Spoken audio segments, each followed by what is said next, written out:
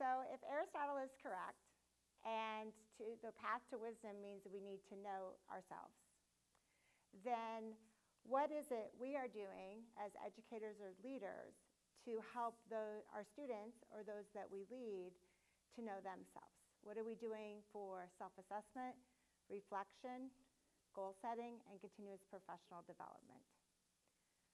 One opportunity for that is the use of portfolios.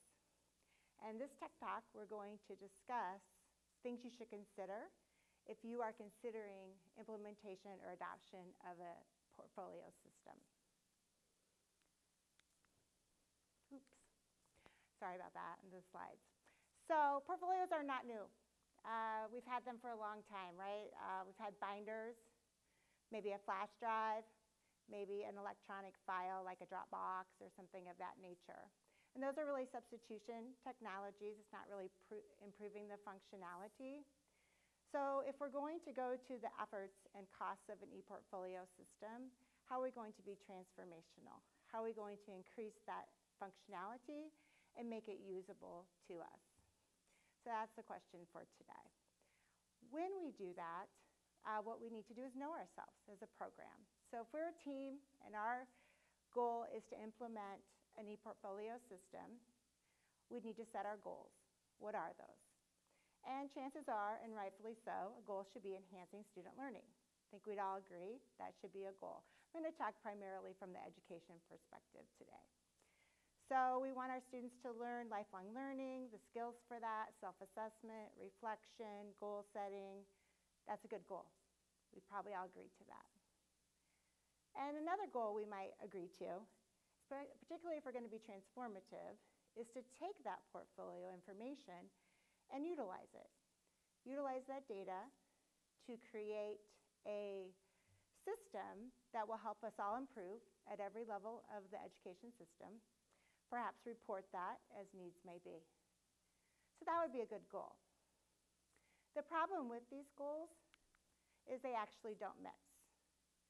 They actually are in conflict with each other, and if you prioritize one, you lose another. So we're going to dig a little bit deeper into that, because what happens is really largely based on the philosophy that you choose to embrace as part of your portfolio. So if you take a positive approach and you say, this is a portfolio, this is what the students will put in it at this time, this is what it will be like, you're really taking that second data-driven approach. That what's in that portfolio is very prescriptive and largely perhaps based on maybe some reporting for accreditation standards or funding that you need to do.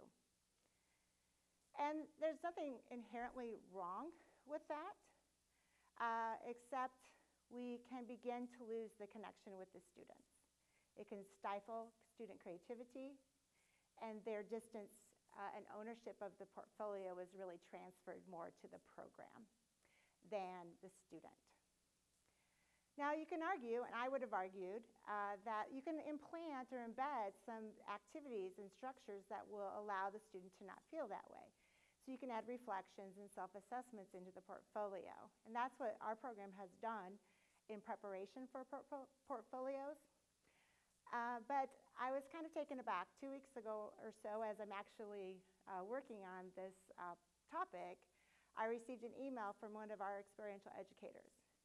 And she said to me, I want to talk to you about the reflections. The students are not really reflecting. They're only saying what they think you want to hear. And I was disappointed. This is not our intention as a program. This is not what we instructed students, but this is how they feel they must respond. And so we missed it, and we need to keep working on that. But even more worrisome, if this is your philosophy to your portfolio, is that what does that tell you about the data you're collecting? And we should have known better, really, if we Ash and Crawford have documented that students aren't necessarily honest in these types of assessments, even up to 50% of what they're entering. So if we're basing our program outcomes on the believing that these reflections are authentic, we could be really misleading ourselves. So we could take another approach. We can go the constructivist approach and say, let's let the students make meaning of their portfolio. Let's just let them be creative about it. They can put in their best representation as far as their learning. And that, you would, again, in that balance, we would lose the ability to collect data efficiently, but we would also, err on the side of students, which is probably, if you're going to err, that might be the primary factor. But unfortunately, Badlin and others have also researched this and found that what is not assessed, so if you just have a laissez-faire attitude towards your portfolio, so if it's not assessed, students do not value it. And I want to repeat that because I didn't say that they just don't work as hard at their portfolio. They don't put their best effort. That's probably true as well with most things that aren't assessed.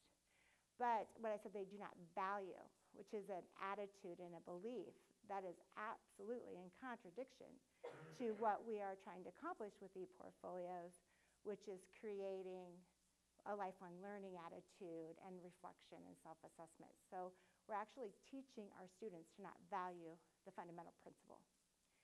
And so that disturbs me as well. So we have these two things that are in conflict, but yet we have, in my case, I have accreditors that say you need students to have portfolios. And so what do we do about that? What is the next step for that? And so there's really no research to guide us, and so we'll need to be doing that research. So my thoughts that I'll share with you today are a more mixed method approach, if you will. So when we are doing assessments of the portfolio, to really have not a true assessment process in the traditional sense. So we're not assessing the content of the materials the students are adding, but we're assessing that depth of reflection. So we're pushing that depth versus the content. Frankly, I thought that's what we were already doing, which obviously we're missing our mark, so we're going to keep working on that. Another idea that's somewhat supported by the global achievement gap, and that students value mentors and coaches but not authoritative figures, is to create portions of the portfolio that are more prescriptive of what students add, but other portions that the students actually own and that are actually reviewed by mentors of their choosing. It's a little bit of an offshoot of a study by Abate and others. And by doing that, they can get that coaching and mentoring that students value, still have some assessment, but also own a significant portion. So that might be the balance. I wish I could tell you the balance. I don't know the balance today of what this will be. I just know a lot of us are going down this path and needing to find these answers. And in the words of another great philosopher, Yogi Berra, if we don't know where we're going, we just might end up there. And we're going to end up somewhere. So hopefully by learning more, we're going to know where the gravel's loose. We're going to know where the sidewalk's uneven. And we're not going to make mistakes along the way. I'm hopeful that by sharing this, we will all know ourselves a little better, what we're trying to accomplish by the ePortfolio, and we'll learn and be successful in the long run. Thank you.